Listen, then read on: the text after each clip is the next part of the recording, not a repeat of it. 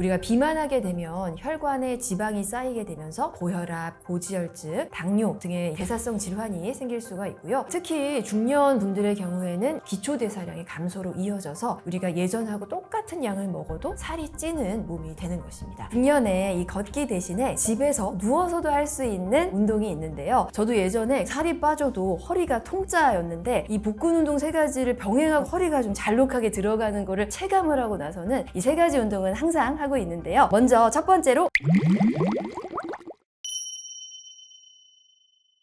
비만은요, 이 단순히 미용적인 문제가 아니라 하나의 질환으로 보셔야 합니다. 비만한 사람의 경우에 정상 체중의 사람에 비해서 사망률이 2배나 높다는 연구 결과가 있는데요. 우리가 비만하게 되면 혈관에 지방이 쌓이게 되면서 고혈압, 고지혈증, 당뇨 등의 대사성 질환이 생길 수가 있고요. 나아가서 혈관이 지방으로 막히게 되면 심장으로 가는 혈관을 막으면 심근경색, 또 뇌로 가는 혈관을 막으면 뇌졸중을 야기할 수도 있습니다. 뿐만 아니라 우리가 비만하게 되면 인슐린 저항성이 유발되면서 세포 자멸을 억제하기 때문에 이 종양세포의 증식을 촉진할 수가 있는데요. 그로 인해서 여러 가지 암도 발병할 수가 있습니다. 남성분들의 경우에는 대장암이나 전립선암, 또 여성분들의 경우에는 유방암이나 난소암, 자궁 내막암도 유발할 수가 있습니다. 그렇기 때문에 비만은 이제 하나의 질병으로 인식을 하시고 평소에 비만하지 않도록 관리하시는 것이 중요하겠습니다. 특히 중년 분들의 경우에는 이 비만하지 않게 더욱 경계를 하셔야 하겠는데요. 이유는 두 가지입니다. 먼저 첫 번째는 중년 여성분들의 경우에는 여성 호르몬의 수치가 급격하게 떨어지게 되는데 이 여성 호르몬은 우리 몸에서 이 지방의 연소를 담당합니다. 지방이 계속 대사할 수 있게 하고 지방이 쌓이지 않게 하는데 여성 호르몬의 수치가 뚝 떨어지게 되면 지방 연소가 저하하게 되면서 특히 우리 복부 쪽으로 지방이 쌓이게 돼서 뱃살이 늘어나는 경우가 많습니다. 그리고 두 번째는 근육량이 굉장히 감소하게 되는데요. 이렇게 중년 여성의 분들이 근육량이 감소하면 기초대사량의 감소로 이어져서 우리가 예전하고 똑같은 양을 먹어도 소비되는 에너지가 줄어드니까 살이 찌는 몸이 되는 것입니다. 따라서 중년 여성분들의 경우에는 비만하지 않도록 더욱더 신경을 쓰셔야 하겠습니다. 따라서 이 중년 시기의 비만 예방을 위해서는 무엇보다 운동이 중요시 되어야 하는데요. 운동을 하게 되면 근육량이 올라가기 때문에 도움이 되실 수가 있겠고요. 또한 이 운동 자체만으로 여러 가지 호르몬에 영향을 줄 수가 있습니다. 식욕을 촉진하는 호르몬의 분비가 억제가 되면서 운동을 하면 식이 조절을 하는데 더욱 도움을 받으실 수가 있고요. 그렇기 때문에 중년에는 반드시 운동을 좀 병행하시는 것이 좋겠습니다. 다이어트 하실 때 단순히 이제 걷기만 하시기보다는요, 체지방을 좀 최대한으로 연소시킬 수 있는 운동을 하시면 좋은데 그러기 위해서는 근력 운동이 좀 병행이 되셔야 합니다. 자, 이것을 알기 위해서 우리 몸의 대사 과정을 좀 아시면 좋은데요. 에너지를 내기 위해서는 탄수화물, 단백질, 지방 중에서 탄수화물이나 지방을 에너지원으로 씁니다. 이 탄수화물, 지방이 조금 다른데요. 탄수화물은 대사가 굉장히 단순하기 때문에 굉장히 빠른 시간 안에 에너지를 만들 수 있는 특징이 있어요. 반면에 이 지방을 에너지로 만들기 위해서는 대사 과정이 좀 복잡하기 때문에 에너지를 만드는 데까지 시간이 좀 소요가 됩니다.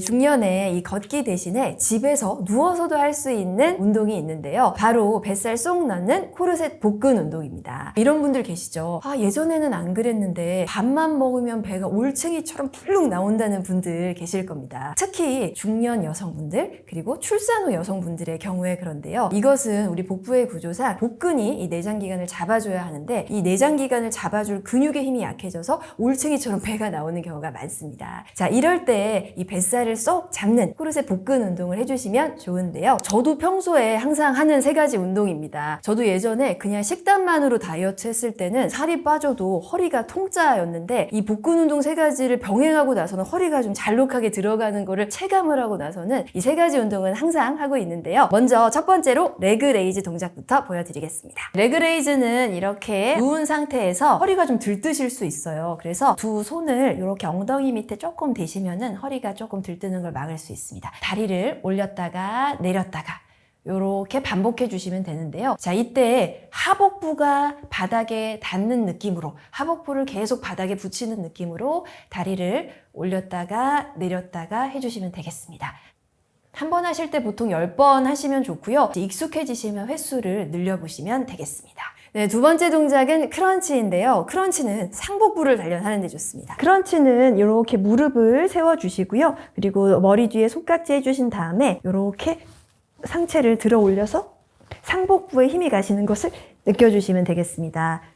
크런치도 마찬가지로 한 번 하실 때 한 10회 정도 해주시면 좋으시고요. 너무 반동을 이용해서 하시는 것보다는 이 상복부 운동이기 때문에 상복부가 줄어드는 걸 느끼시면서 하시는 것이 중요하겠습니다. 네, 세 번째 운동법은 트위스트 크런치인데요. 트위스트 크런치는 상복부, 하복부, 복사근, 복횡근 모든 근육을 단련할 수 있기 때문에 최고의 운동이라고 할 수 있습니다. 자, 요렇게 무릎을 요렇게 수직이 되게 들어주시고요. 그리고 머리 뒤에 손깍지 한 상태에서 요쪽 팔꿈치가 반대쪽 무릎에 닿게 하면 됩니다. 그래서 하나, 번갈아 가면서 팔꿈치를 무릎에 붙이시면 되는데요. 이 운동은 옆구리가 자극이 되세요. 그래서 옆구리가 정말 쏙 들어갈 수 있는 운동이기 때문에 굉장히 좋습니다. 역시 마찬가지로 10회 정도 해주시면 되고 하다 보면 더 많이 하실 수 있거든요.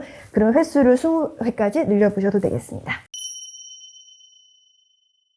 근력 운동을 하실 때는 특히 이 하체 운동에 집중을 하시면 좋은데요. 우리 몸에는 대근육이 있고 소근육이 존재를 합니다. 그런데 같은 시간 운동을 해도 큰 근육인 대근육을 쓰면 칼로리 소모가 훨씬 더 많겠죠. 그래서 어떤 분들은 뱃살 빼기 위해서 복근 운동만 막 열심히 하시는 분들 계시고 또 이제 팔뚝살을 빼기 위해서 팔 운동만 많이 하시는 분들 계신데 사실 이 복부 근육이나 팔 근육은요 굉장히 얇고 면적이 작은 소근육에 해당합니다. 그래서 복근 운동, 팔 운동 아무리 해봐야 칼로리 소모는 크지 않으시거든요.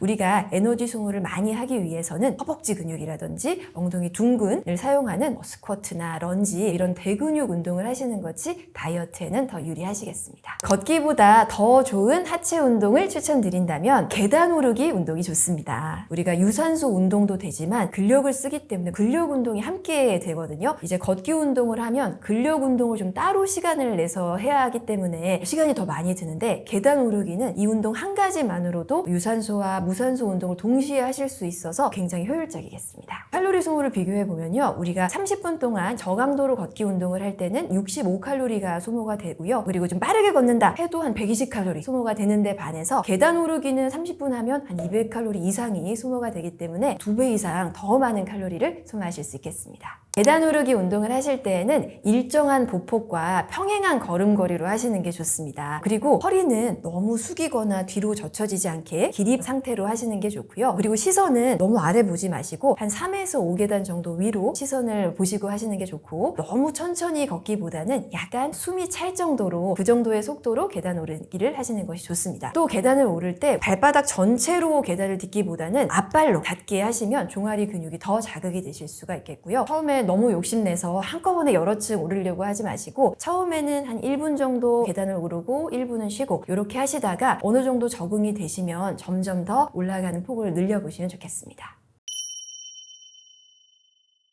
모든 것을 무용지물로 만드는 생활 습관이 있죠. 바로 야식입니다. 우리가 야식을 먹으면요. 아침, 점심을 다 굶어도 야식을 먹으면 절대 살이 빠지지가 않는데요. 우리가 낮에는 활동 에너지가 많지만 저녁 이후에는 활동이 거의 없기 때문에 밤에 먹는 음식은 그대로 다 살로 저장이 될 수밖에 없습니다. 또한 우리가 야식을 먹게 되면 식욕을 억제하는 호르몬인 렙틴 호르몬의 수치는 줄어들게 되고요. 반면에 이 스트레스 호르몬인 코티졸이 비정상적으로 증가를 하게 되면서 식욕이 폭발하게 돼서 계속해서 먹게 되는 악순환을 불러일으킬 수가 있습니다. 또한 이 야식은 피로감을 유발할 수 있고요. 또 역류성 식도염, 불면증을 유발할 수 있습니다. 먼저 이 야식을 먹게 되면 야식의 소화 과정은 수면 중에 이루어지게 되는데 원래 우리가 잘 때는 하루 동안 손상되었던 우리 몸을 이제 재생하는 데 쓰여야 되거든요. 그런데 이 몸이 재생되지 못하고 컨디션이 회복되지 못하기 때문에 야식을 먹으면 그 다음날 이상하게 자도 피곤하다 이런 피로감을 많이 호소하실 수가 있습니다. 그리고 자는 동안 위에 있는 음식물이 식도로 역류를 하게 되면서 식도 점막이 손상되게 되고 또 염증이 생기면서 역류성 식도염을 야기할 수가 있고요. 자는 동안에 분비가 되어야 하는 이 멜라토닌이라고 하는 호르몬의 분비를 감소시키고 야식이 소화되는 과정에서 자율신경계가 항진이 되기 때문에 수면 장애도 초래할 수가 있겠습니다. 다이어트 하실 때 꼭 끊으라고 말씀드리는 음식들로는 빵, 떡, 면 그리고 단맛이 나는 음식들인데요. 먼저 이 빵하고 면, 흰색 그 정제 탄수화물이죠. 밀가루로 만든 음식들이기 때문에 혈당을 빠르게 올리고요. 떡과 같은 경우는 굉장히 밀도가 높은 탄수화물입니다. 떡 하나만 먹어도 밥 한 공기 이상의 칼로리가 있기 때문에 떡 끊으시는 것이 좋고요.